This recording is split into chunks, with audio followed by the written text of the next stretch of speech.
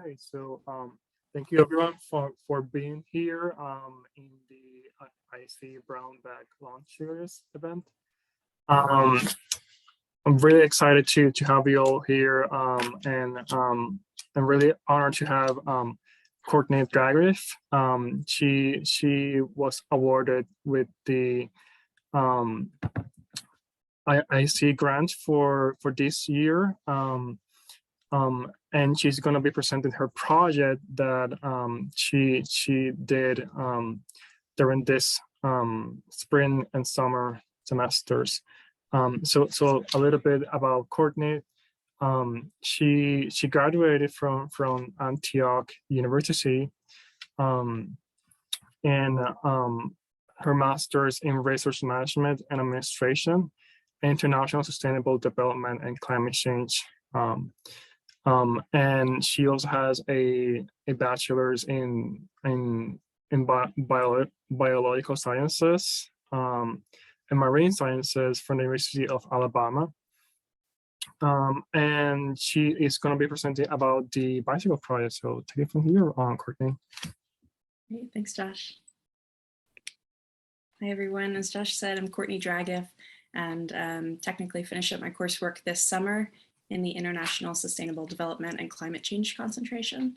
Because of some limbo, I'll get my degree at the end of this year, the end of December. But I have finished up all of my work, and this internship was my final capstone. So thank you very much, IIC, for the generous funding that I received this year. It made it possible for me to extend my trip after some COVID lockdowns changed throughout the summer, and made it possible for me to actually get the work done that I needed to at the very end of the summer term. So it really wouldn't have been possible without the support from this group. I was involved in a project called the Circular and Carbon Cities, Low Carbon Cities project, which is funded by the International Solid Waste Association. And as we were working through the methodology for this, we decided to use bicycles as our pilot project. So we needed a focus material stream, and bicycles were a great universally used product. So the calc project is focused on waste management, and we were looking at solid waste and reuse cascades. So I'll talk a little bit more about those cascades and how we defined circularity for this project.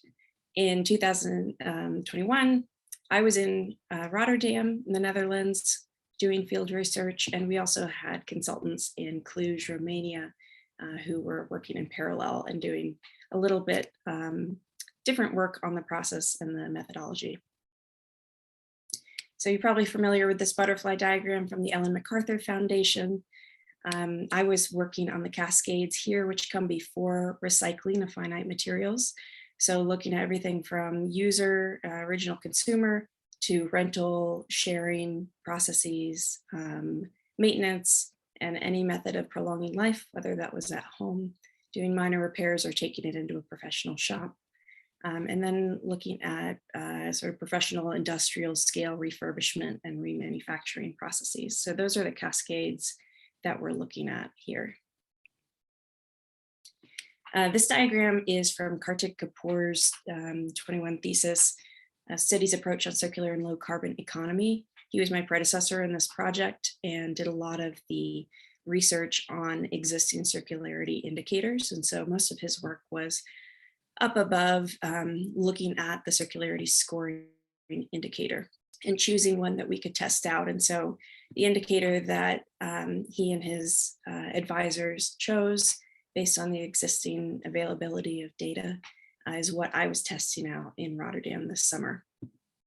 And so here in the square is what I was working on, looking at the test cities, that would be Cluj and Rotterdam, the representative product, which we chose to be bicycles, baseline. So these were our assumptions going in, what we thought might happen in the interviews, what the process would look like, and then collecting the data and analyzing it against that to actually see what really happens in these processes. So those 5 cascades on the, I mentioned on the butterfly diagram, this is what it looks like for bicycles. So we're looking at kind of higher use or lower use cascades. You might hear of upcycling or downcycling. And there is a different amount of energy use in each of these processes. And so sort of cascade zero would be just keeping what you have, reusing it, getting the cost per use as low as possible by using an item all throughout its useful life. So part of our project involves trying to determine what a useful life is, how you determine that for a bicycle. Below that, so lower energy than just keeping what you have, is to not have it in the first place. That would be using a bike share system, a rental, and not purchasing a new product. Going upstream, downstream, we've got reselling, rebuilding parts. So if you were to buy a used bicycle, this would be Cascade 1. So you're not buying a new item, but there is some use. There's sort of a loss of materials because the original person's not keeping it as long as possible. And we got professional services. So if you were to take your bicycle into a shop to get the tires replaced, the brakes fixed, things like that, or to swap out the handlebars or a seat, this would be Cascade 2. And so there is energy involved in producing those new parts, as well as of disposing of the used parts. And there's also the energy use involved in store space, lighting, heating, cooling, things like that. And that's sort of a future scale of the project that we want to get into. Finally, you've got refurbishment, remanufacturing. These are sort of the fun things that I started to notice as soon as my head was all bicycles all the time. There was a shop that sold belts that were made out of upcycled bicycle tubes. And you sometimes see art installations. And so these are really the creative processes. Parts salvage, so used parts might be sold and used, either sold directly to a consumer or used for repairs in a shop. My methodology in Rotterdam consisted of 3 parts. I'm currently in the 3rd stage. The first was desk review. I have to say, most of this was wrapping my head around the project. It sounded simple at first, and then you really get into the reasons why this research has never been done in this exact way before. Most circularity research focuses on products and not on processes, and now I really understand why. It's very hard to extrapolate from the data that's available.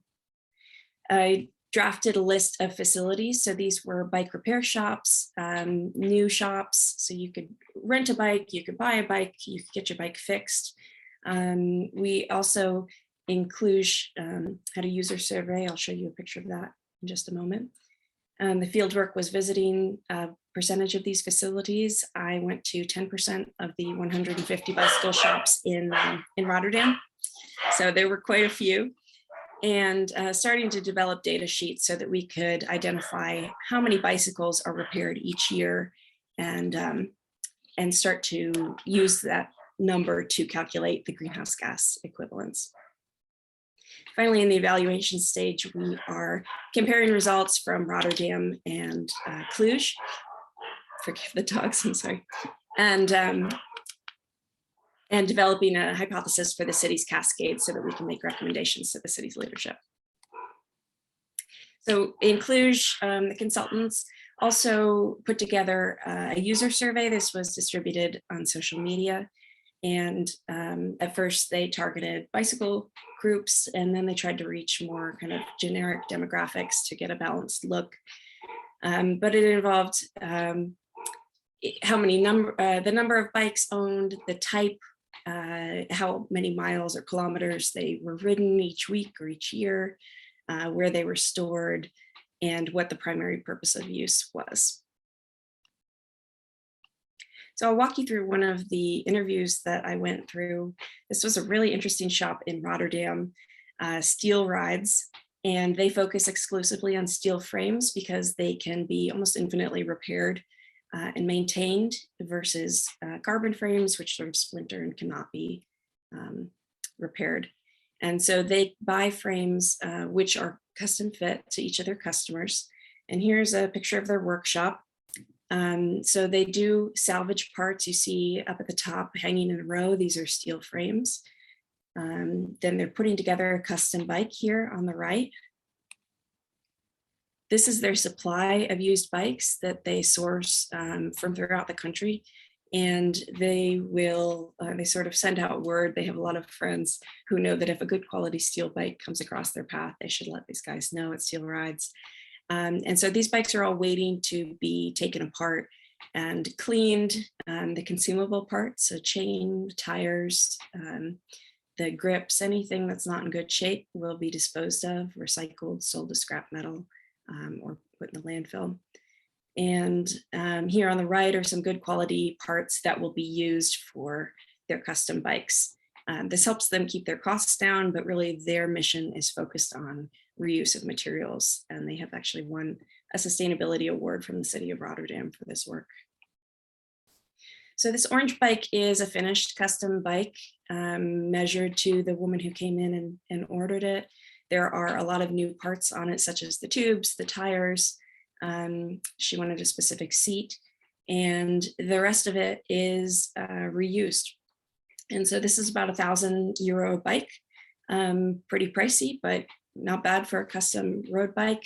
Very sturdy, can be used on or off road, and they expect that she'll get 20, 25 years of use out of it if she keeps using it. So all of this field work led to the creation of a process flow diagram. I also visited some really interesting transfer stations, environmental parks as they're called, in the Netherlands, and was able to walk through how a bicycle might move through the landfill where it's dropped off. I'm sorry, they don't have landfills. So the environmental park parts that might go to an incinerator are now actually stopped and by the city of Rotterdam and sent to a central warehouse. That's that bike depot here, which processes about 20,000 bicycles per year in Rotterdam. And so any abandoned, illegally parked, broken bicycles around the city are brought to the bike depot, as well as bikes that are dropped off by individual residents. Those are collected. And anything that is dropped off at a charity shop in the city will also get redirected to the central warehouse. So it's a great source for information. It was a great case study for us to have. We were able to get a lot of information on the numbers and types of bicycles coming through. And it also it's just a fantastic example of how sort of this simple, not low energy, but simple leverage point can be used to keep bikes in use. So this bike depot actually, if bicycles are not claimed by their owner, if they weren't stolen or illegally parked and removed, all of those unclaimed bicycles are donated to a charity shop, which has a bicycle repair shop at this same bike depot. They're fixed up, parts are reused, and it provides work and also supports these charity shops and reduces waste for the city. So it was a fantastic way for Rotterdam to increase their circularity with pretty minimal effort. They just have the collection process and then the registration of the bike depot so that owners can claim their bikes. One issue that we were able to determine throughout the study was that each city does have a typical bicycle. I think this is less obvious for those of us in the US who mostly use bikes for recreation. I have one of each of these, depending on where I'm going that day. But in the Netherlands, the yellow steel city bike, as they're called, is absolutely the most popular. 90% of people there are using this every day for transportation, for errands, to go to work. And it's really built for that, designed for that, and it lasts quite a long time. This red bike on the top left is an example of a mountain bike. That's the primary or the typical bike used in Cluj, Romania, where it's very hilly and bikes aren't used for commuting as much as recreation.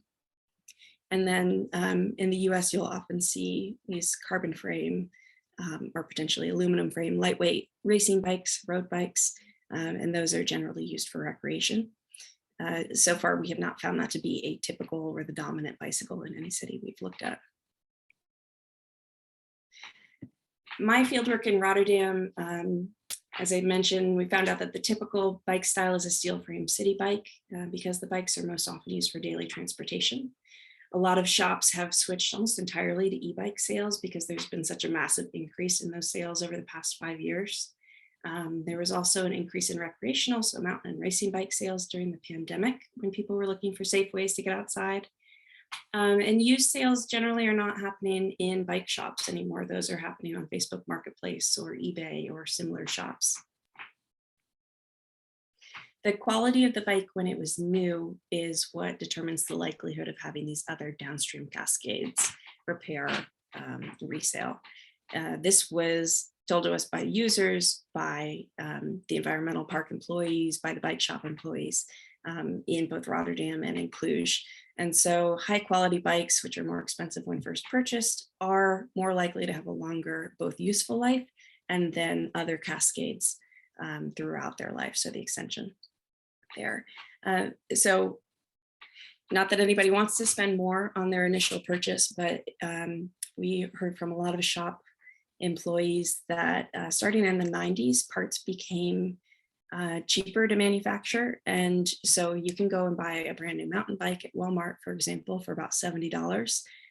But after you're done with it, it's really not good for much of anything. That wouldn't be worth keeping the used parts because they're not going to last another 10 years. There's also major cascade differences between the consumable parts, as I mentioned, and then the non-consumable, if that's steel, that can certainly be repaired and upcycled. As far as the technicalities of field work, a lot of the work I did as an intern for ISWA was developing methodology for other cities to follow. Initially, I was going to visit a lot of cities throughout Europe to do this work for them, but because of COVID changes, that wasn't possible.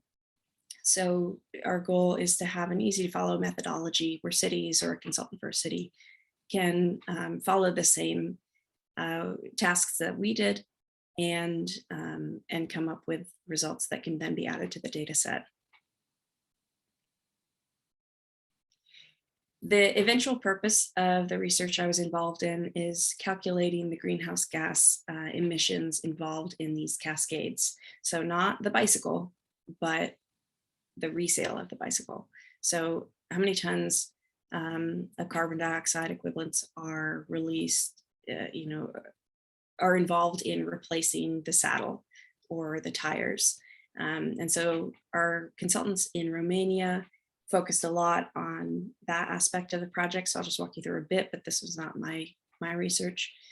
And so they were inventorying these different pieces of the typical bikes and then identifying what their main materials are.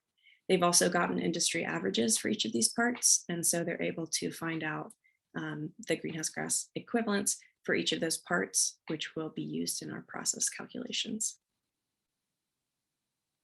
So next steps for me are to fully map the cascades, finish translating our fieldwork, our interviews into that process flow diagram with amounts so that we can really see where the major flows are. And also to create at least version 1 of the methodology document for other cities to join this project. And then moving forward, the rest of the calc team will be gathering data on the shop, square footage or footprint and energy usage, probably per year. So we'll probably be using hours as the coefficient for that. And looking at the flows of bicycles and parts in order to start coming up with our sort of version 1 calculations of the emissions equivalents from each cascade. The real goal is to identify leverage points for improvement. This is a city scaled model. And the idea is for city leadership, for shop owners, for individuals to be able to clearly see where the highest importance leverage points are so that, maybe the Fietspunt, the bike depot in Rotterdam can be replicated in other cities, or bicycle shops can collect used parts and instead of throwing them away, have a donation box at the front of the shop so people can just come by and use that for their own home repairs. Things like that, that will keep materials out of the landfills, the incinerators, and even the salvage yards. So that's it for me. I do have a bicycle story map, bicycle project story map. I can put that link in the chat. But at this point, I would love to answer any questions you have. Thank you, Courtney. That was great. Really amazing to hear from your experience in the Netherlands and the research that you did over there. So we can now open it up for questions or comments. Yes, Sarah. I have a question. Courtney, great presentation. I was really excited to see your presentation. It's been on my calendar for a few weeks and I was waiting to see it because I knew that you were in the Netherlands and doing something cool. So thanks for your presentation. I saw that you had a lessons learned slide. I was just curious because I know you're still working through things. Did you hit any like roadblocks, anything that stopped your process, and were you able to move through it, or did you have to like kind of shift gears, which I did not mean to make that joke, but I'm just curious because it seems like you got a lot of stuff so far and I'm wondering what the roadblocks were. Yeah, that's a great question. This was the shifted gear project. We sort of had this course correction in the middle of the summer where we found out I wouldn't be able to go to the cities. And in fact, the city involvement that was sort of assumed because there is a cities network through ISWA wasn't coming through. It wasn't a priority. Budgeting wise, they really needed far more time than a couple of months to pay for me to come or have a place to stay. And just as far as timing, it was really difficult to pin down any staff members, even if they were able to make the monthly meetings. They just weren't able to set aside a week or two to work with me. So language barrier played into that, having to find a translator in order to do this research. So I would say the biggest shift was going from thinking that I would be on site and working with the city leadership directly to determining how much of this research can be done by an individual out in the field, really without any involvement from the city whatsoever. And the answer is a lot of it. And a lot of it can even be done remotely because of that initial facilities list that can just be put together from Google. And I've been calling facilities in the Netherlands and verifying their operating hours, and some of them aren't even open anymore. They closed permanently. So that's part of that verification process. So I would say that was the biggest shift, was going from a lot of heavy city involvement to kind of this more independent research. Cool. Well, I'm glad that it worked out. Yeah. Thanks for coming. I want to highlight here in the chat. Ray commented, Courtney, thank you for your work.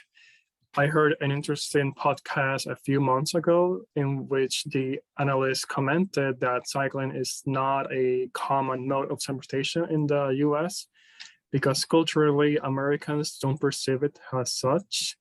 It's perceived as recreational. Not surprisingly, this analysis attributed to this auto industry marketing. In the US, there is a lot of fear around cycling, fear of automobiles, and that's understandably. And I want to connect that with a question that I had. So that is very tied to that. Knowing that the US is not, like in the US, there is not many cities that are bicycle friendly. What did you saw in the Netherlands that you think influence that many people use bicycles? Like what do you think should be implemented or changed in the US infrastructure so that people, like more people here use bikes instead of cars? For me, the biggest difference was to have separated bike lanes. They're paved, the country is flat, so it was very easy, and climate was nice, so it was just pleasant to bike all summer. But the bike lanes and sidewalks are separate from the road almost all of the time. And when they are shared, bicycles have priority over cars. And so it's just a completely different feeling. You feel so safe. No one wears helmets. And, even little kids don't usually wear helmets sometimes when they're very young, but it's just your mode of transportation. Distances are smaller. And so you're able to, I could bike downtown in 12 minutes easily and be on a beautiful shaded paved bike path the whole time. So I wouldn't want to get in a car even if I had the option. And then larger scale infrastructure, you're allowed to take bicycles on trains. And so you could take your bike to another city. There are bike paths and nice quiet roads between cities. So you could ride 40 minutes and have lunch in a different town. I would say that the separate lanes are probably the biggest impact that I felt. Even coming back, I like bicycling anyway, but coming back, I thought, oh, I'm never going to use my car again. You know, I love this, but it's very difficult. The speed limit might be 35 miles per hour here, but people don't usually follow it. So even on those quiet roads, it's a little bit dangerous. I think the first week I was in the Netherlands, there's a headline from home that said one of the top female cyclists in the US had been hit by a car and killed while she was training. And I thought that was just so telling. I mean, this woman you can't go faster than that. She was being very safe. She had high-vis gear on and she was still hit by a car where the driver was distracted. I also heard from one seller of e-bikes that their bikes had actually been developed after the owner visited the US for a few years and just was exhausted by the distances. So being in a bigger country led to his brand's development. Thank you for that. I think that safety concerns is something that every cyclist is considering always, and especially here in the US, and when vehicle drivers are not very friendly to cyclists. So yeah, definitely something to design the spaces so that it can coexist better. Any other questions? Mike, go ahead. Nice presentation, Courtney. Nice job. I was interested more about the story map that you made, and yeah, it'd be great to see that if you can share that, and if you would be interested in sharing that with the ASAL or GIS lab at Antioch, if we'd want to kind of look into, is there kind of a mapping component in it? There is. It was actually my final project for participatory GIS. So it's got everything you should want. Great. Yeah, so there could be a possibility to put it on our like new ASAL website if That'd be great. Yeah, you're okay with that. absolutely.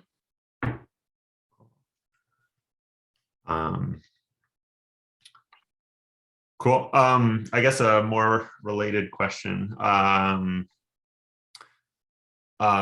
Which of those three bikes, so the more recreational steel versus road bikes versus mountain bikes, produce more waste, or like, is there one that's better than the other? No, they're pretty different in terms of why people use them, but.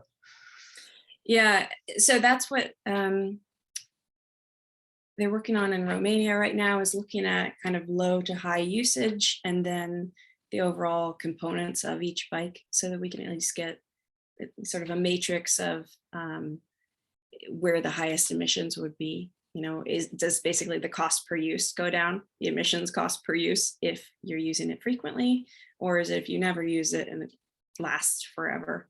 Or is it somewhere in the middle? You know, just anecdotally, the steel frames can be repaired, but people might think that they're clunky or they're outdated and don't want to reuse them. Whereas those kind of carbon frame racing bikes are incredibly expensive, so people are very likely to just dump them. But they're also fragile. So if the frame gets cracked, someone might decide to just trash the whole frame instead of risking a breakdown on the side of the road. So there's that repairability element to it.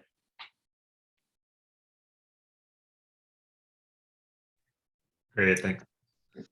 You two have the same back where walls are painted the same. Looks like you're at the same place.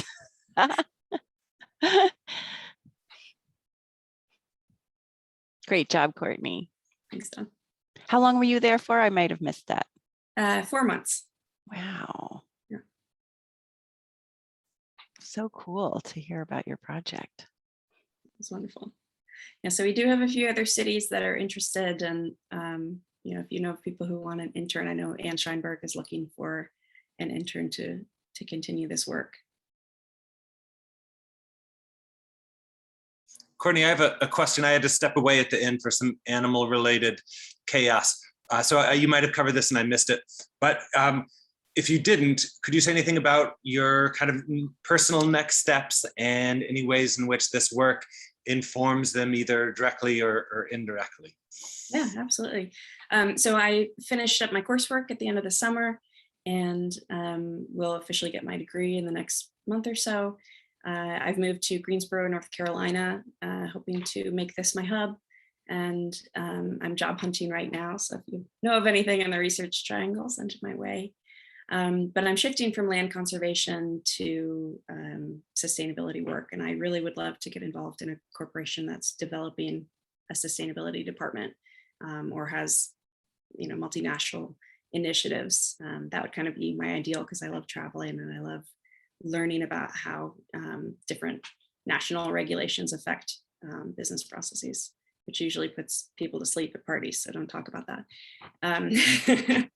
But we'll see. I definitely am dealing with imposter syndrome as a recent graduate. So I'm really trying to feel like I have the experience needed. I enjoy learning on the job. And so I would like to get into a field where I don't know a lot. And I've spent 10 years in conservation in New England and would like to shift away from that into kind of the business world leverage points that we've been learning about. Well, and it would seem that this focus on the process-oriented aspects of circular economy is a legitimately cutting-edge piece to be bringing to these corporations is something you have experience working with too, right? So that's cool.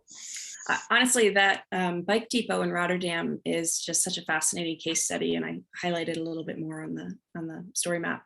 But that's something that basically every city could do at transfer stations, is just have a shed for bikes to be dropped off, any parts that are dropped off.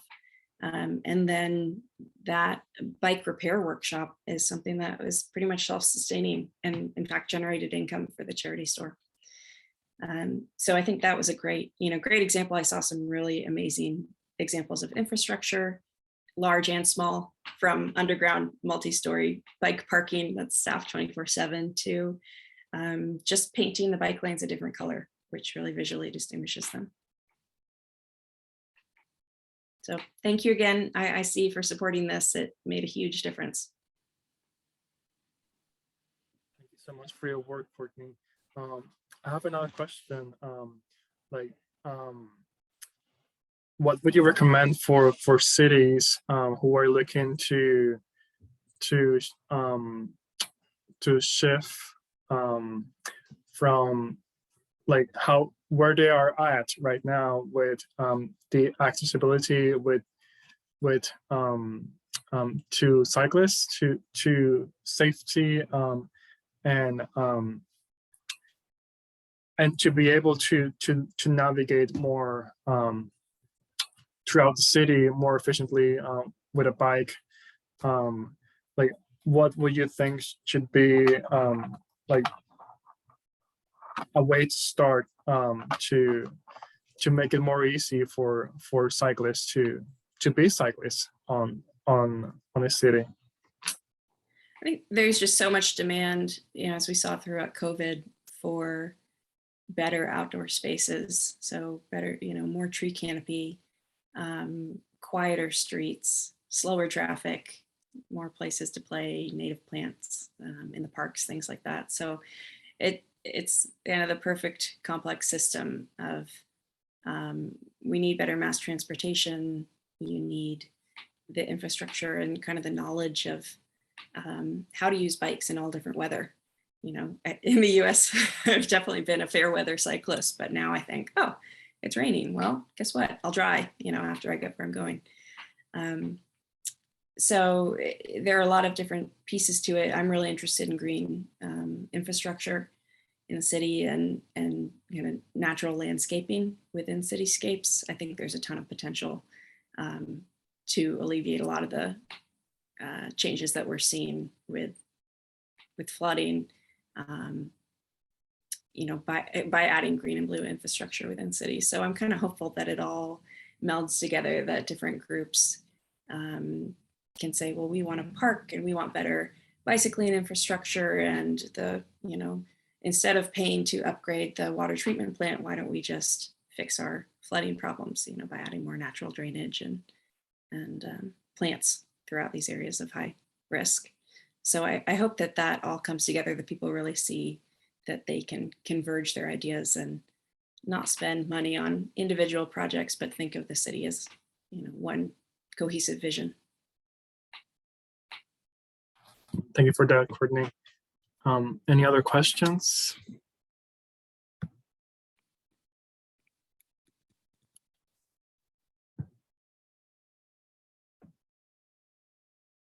Okay, so thank you so much, Courtney, for sharing us your work. We're very glad that the funds that the IC awarded for this project were very well used, and this project is something that it's a first step for getting those measures into knowing that bicycles are indeed